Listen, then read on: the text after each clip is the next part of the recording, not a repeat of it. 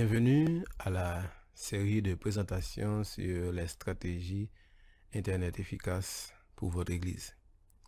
Durant cette présentation, nous allons identifier des besoins, des ressources disponibles et les implications requises pour combler ces besoins.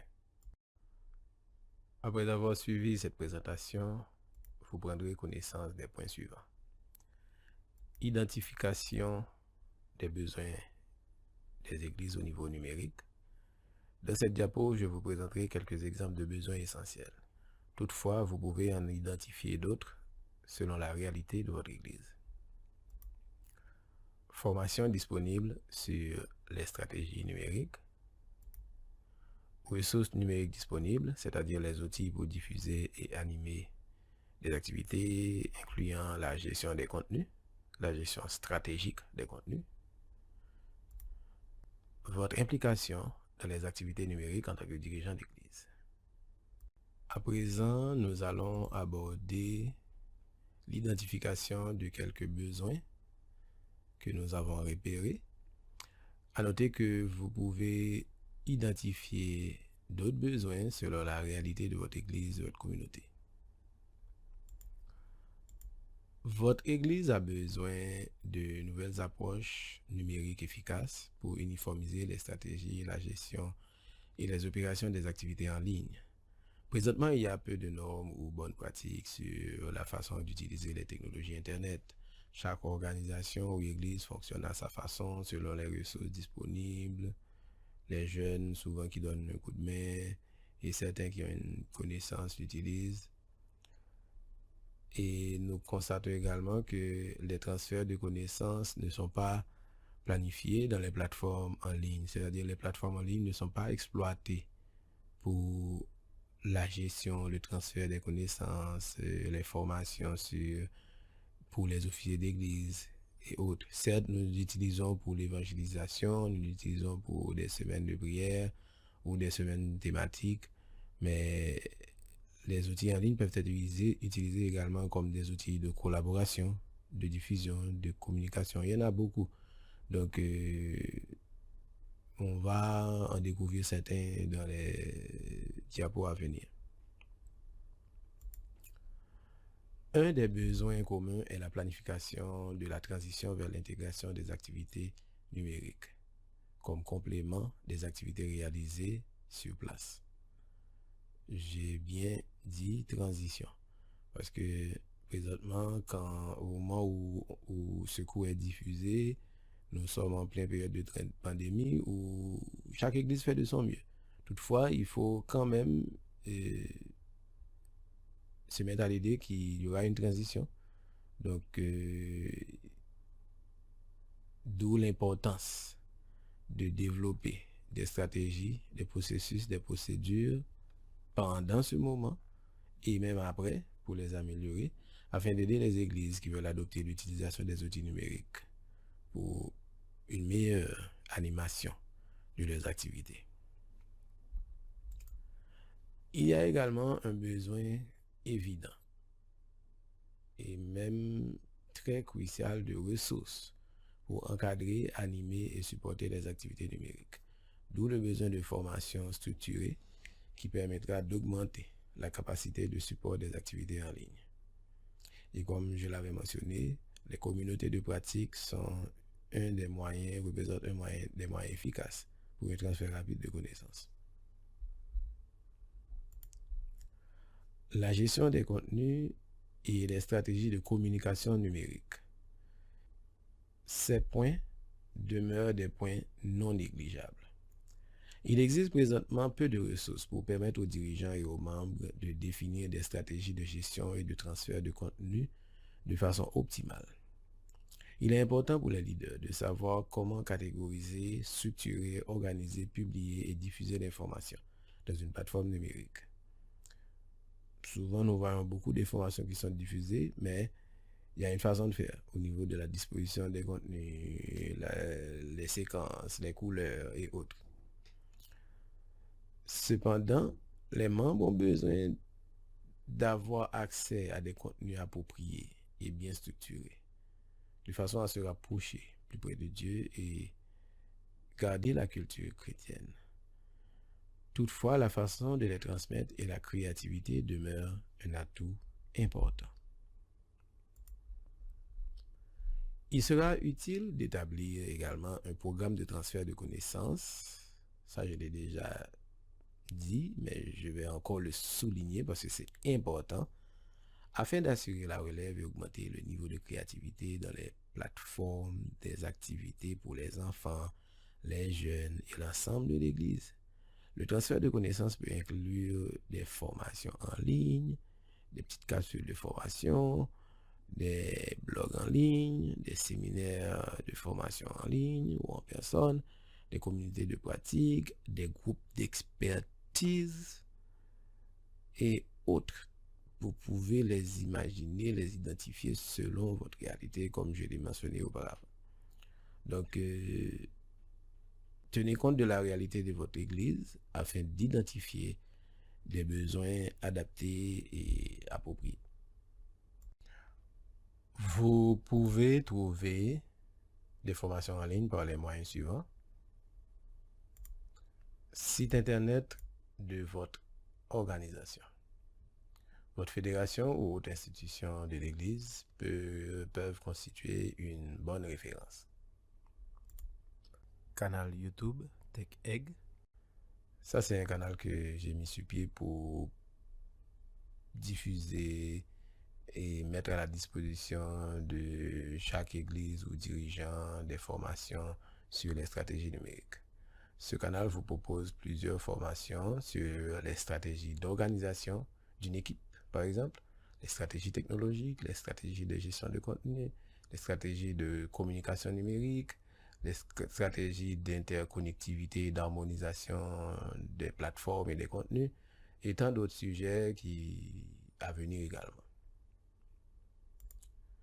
Site internet www.adventistchurchconnect.org. Ce site propose plusieurs tutoriels en ligne en anglais. Vous pouvez également consulter la section support des plateformes de diffusion comme Zoom, Teams, Google Meet, YouTube, etc. Parce que dans la section support, vous pouvez trouver des tutoriels vidéo, des articles qui peuvent vous aider. Donc, c'est bon de les consulter, de visiter ces sites et de les consulter. Ça va vous aider à travailler plus rapidement. Observation personnelle. Vous pouvez également vous rendre dans les sites d'autres églises, effectuer des recherches sur les moteurs comme Google, Yahoo et autres, visiter des blogs. Vous pouvez aussi visiter la plateforme Vimeo, Vimeo, pour chercher des tutoriels sur le même sujet. Donc, l'observation personnelle demeure un atout important. Moi, je l'ai utilisé à beaucoup de reprises. C'est ce qui m'a aidé également à vous préparer ces formations de façon efficace. Avant de poursuivre avec les autres points, prenons une petite pause avec ce petit quiz. Quels sont les moyens durables et moins coûteux pour former les officiers d'église en utilisant les canaux numériques ou autres? Choisissez les bonnes réponses. Vous avez formation sur place par un formateur local ou autre, communauté de pratique, présentation en direct en ligne, micro-learning, formation en ligne. Donc, je vous donne 5 secondes pour y réfléchir. 1 seconde pour chaque réponse.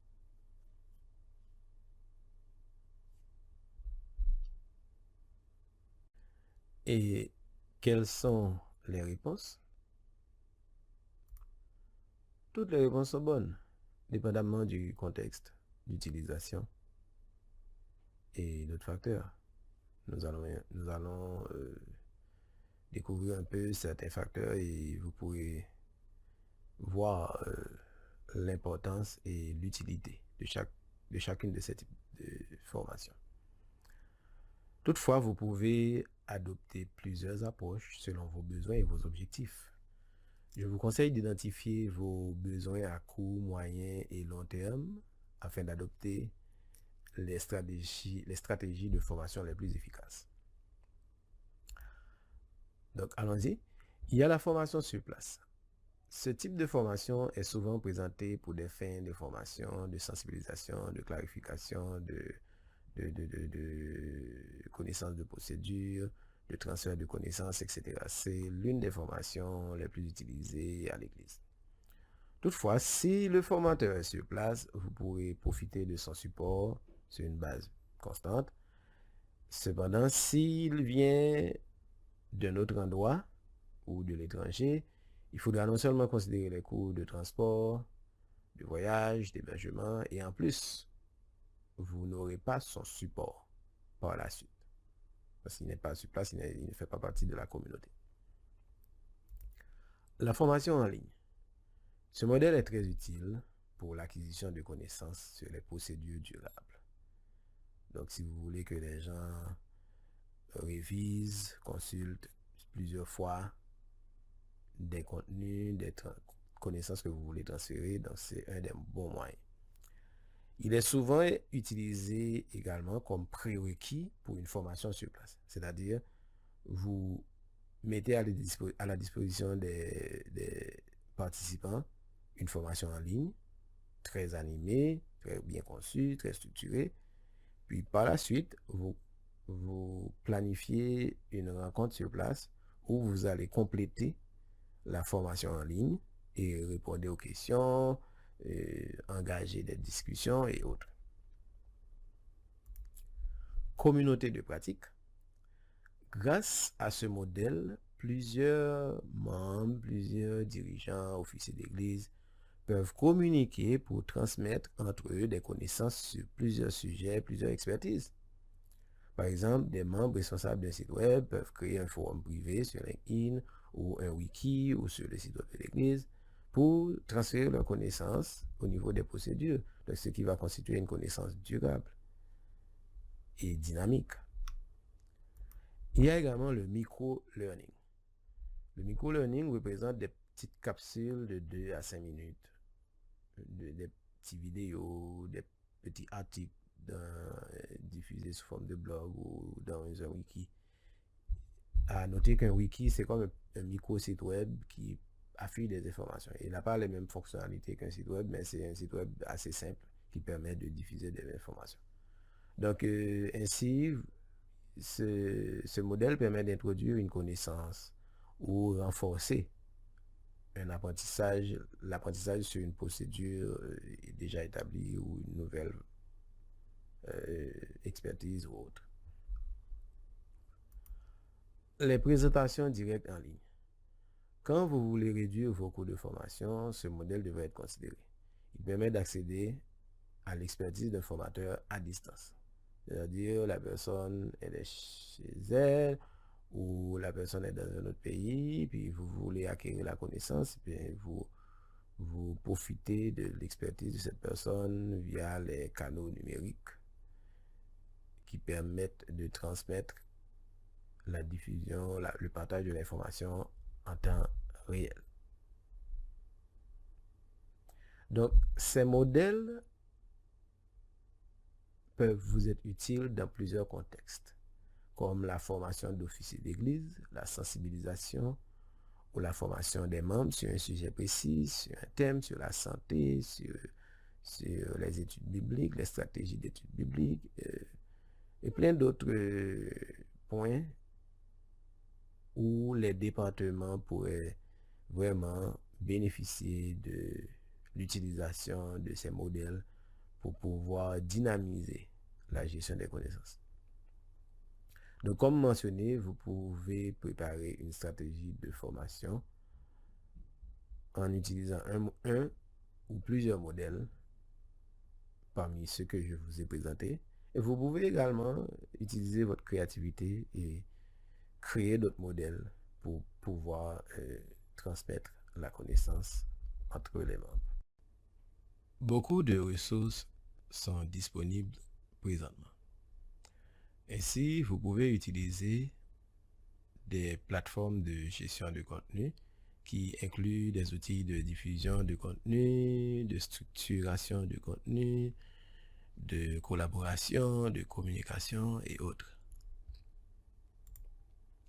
Vous avez le site web de votre église et d'autres églises qui représentent des plateformes de contenu. Il y a également le programme Adventist Church Connect. C'est un site web gratuit qui met à la disposition une plateforme de gestion de contenu pour les églises en Amérique du Nord. Et il propose également beaucoup de tutoriels, de supports qui sont disponibles pour que les membres puissent savoir comment utiliser et gérer les contenus dans les sites web. La seule exception, c'est que ces formations, ils sont en anglais. C'est pourquoi j'avais pris l'initiative de traduire ceux qui sont les plus importants, ainsi les membres qui sont francophones pourront les utiliser. Il y a également les canaux de diffusion comme YouTube, Zoom, et Google Meet, Teams, qui sont souvent utilisés pour les cultes et les prières en ligne. On a également les outils de collaboration en ligne comme Dropbox, Google Docs, Trello, Doodle et OneNote, Planner et plein d'autres là qui représentent des outils de collaboration. Cependant, je conseille d'utiliser ces outils pour des documents ou des contenus non confidentiels. Ça, c'est important à souligner. On a également d'autres plateformes qui sont également disponibles pour observer les stratégies numériques et l'utilisation des outils en ligne. Car comme je l'avais mentionné dans la diapo précédente, il est important d'observer. Ça, c'est extrêmement important d'observer comment font les autres. C'est un moyen d'apprentissage très efficace et qui nous permet également d'utiliser des techniques, des trucs, des stratégies pour pouvoir dynamiser la gestion des contenus de votre église dans vos plateformes numériques. Ainsi, il y a le site internet de l'église de l'université adventiste Oakwood. C'est une église qui est très expérimentée, ils ont beaucoup d'expérience, ils sont en ligne, ça fait longtemps. Donc, ils utilisent beaucoup les outils en ligne et avec beaucoup d'efficacité.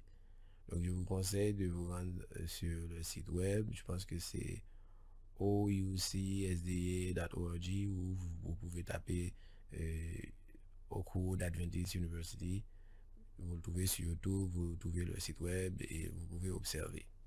Donc, je donne cette église comme exemple parce que j'ai constaté en comparant avec d'autres églises que c'est une des églises qui utilise beaucoup les stratégies numériques et ceci de façon dynamique.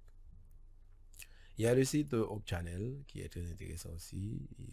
Il diffuse l'école du sabbat et des émissions interactives chrétiennes. Le site 3ABN TV qui propose des émissions chrétiennes. Le 3ABN for Kids qui est un site d'émission pour enfants. C'est un bon modèle aussi qui peut vous aider pour quand vous devez préparer des contenus pour les enfants. Il y a le site Kids Time for Jesus qui présente également des émissions pour enfants. À noter que ces sites, ils ont également des canaux YouTube, donc vous pouvez juste aller sur YouTube et puis ils proposent ils proposent des émissions en temps réel. Il y a un autre qui s'appelle Amazing Adventure. C'est un autre site très très expérimenté, mais c'est pour les enfants et les jeunes. Donc vous pouvez l'utiliser et l'observer également. Amazing Adventure. Et il y a les sites web des divisions, des unions, des fédérations, de la Convention générale que vous pouvez également consulter pour avoir accès à des informations, des conseils ou des structurations de contenu et autres. Maintenant, nous allons aborder le dernier point de cette présentation qui traite du sujet en lien à votre participation et votre implication en tant que dirigeant. C'est un point important pour la réussite d'un projet d'implantation de stratégies numériques et de gestion de contenu, de communication numérique dans votre église. Ce que je vous propose, premièrement, c'est les formations sur les stratégies et communication numérique. Ces formations vous seront très utiles. Je vous invite à les suivre. Il y a également les tutoriels disponibles pour les églises qui utilisent le site web offert par l'équipe d'Adventist Church Connect. Eux, ils ont développé beaucoup de vidéos, ils ont également des blogs, des articles qui mettent à la disposition des gens des, des formations sur l'utilisation des outils numériques. Eux, ils se concentrent plus sur l'utilisation des outils numériques, alors que moi, les formations, les présentations que je vous ai faites, ils se concentrent plus sur les stratégies, c'est-à-dire comment harmoniser, comment gérer les contenus, comment dynamiser les contenus de façon à dynamiser les activités dans l'église. Parce que comme je l'ai dit, il faut que vous ayez des stratégies, mais il faut également que la technologie puisse répondre à vos stratégies. Parce que j'ai constaté que beaucoup d'églises ne profitent pas de cette occasion. Donc c'est pourquoi je vous invite à profiter pleinement de ces opportunités, d'exploiter des outils numériques pour favoriser la communication et la gestion de contenu pour les membres. Il faut bien retenir que votre participation, votre implication et votre engagement demeurent des facteurs de succès incontournables dans cette approche. Si les dirigeants, les leaders n'accordent pas une importance soutenue aux stratégies numériques, eh bien, les officiers ou les membres qu'ils dirigent, oui, certains peuvent accorder cette importance, mais ils ne pourront pas aller trop loin parce qu'ils n'ont pas de dirigeants en tête qui les supportent et qui les encadrent dans ce sens. Donc, impliquez-vous au mieux dans la programmation des activités numériques, car plus vous vous impliquez, plus vous allez vous performer et plus vous allez également aider les autres à se performer. Identifiez des ressources pour vous supporter. Les ressources peuvent être internes ou externes, c'est-à-dire des ressources qui proviennent d'autres églises. Donc, n'oubliez pas, la technologie peut être gérée à distance. Donc, nous l'avons vu avec les impositions qu'il y a eu au niveau de la pandémie de COVID-19. Donc, ça nous a permis de découvrir que la technologie peut être gérée à distance. Donc, c'est pas seulement de diffuser des programmes, d'organiser des activités, mais de le gérer aussi à distance. C'est-à-dire, vous pouvez avoir quelqu'un qui est dans un autre pays et qui vous donne un coup de main pour gérer vos plateformes numériques. Et vous pouvez également constituer une équipe de support pour vos plateformes numériques. Et en dernier lieu, faites de votre projet numérique un sujet de prière, car il constitue un support efficace à l'évangélisation, donc ce que l'autre n'aime pas. Donc, il faudrait que vous mettez des balises avec la prière pour assurer le succès de votre projet numérique. Ainsi, je vous remercie d'avoir suivi cette présentation. Je vous invite à suivre la vidéo qui suit afin d'avoir plus de détails sur d'autres tutoriels disponibles pour vos dirigeants, vos officiers d'église, vos responsables multimédia, communication et autres. Donc, à la prochaine.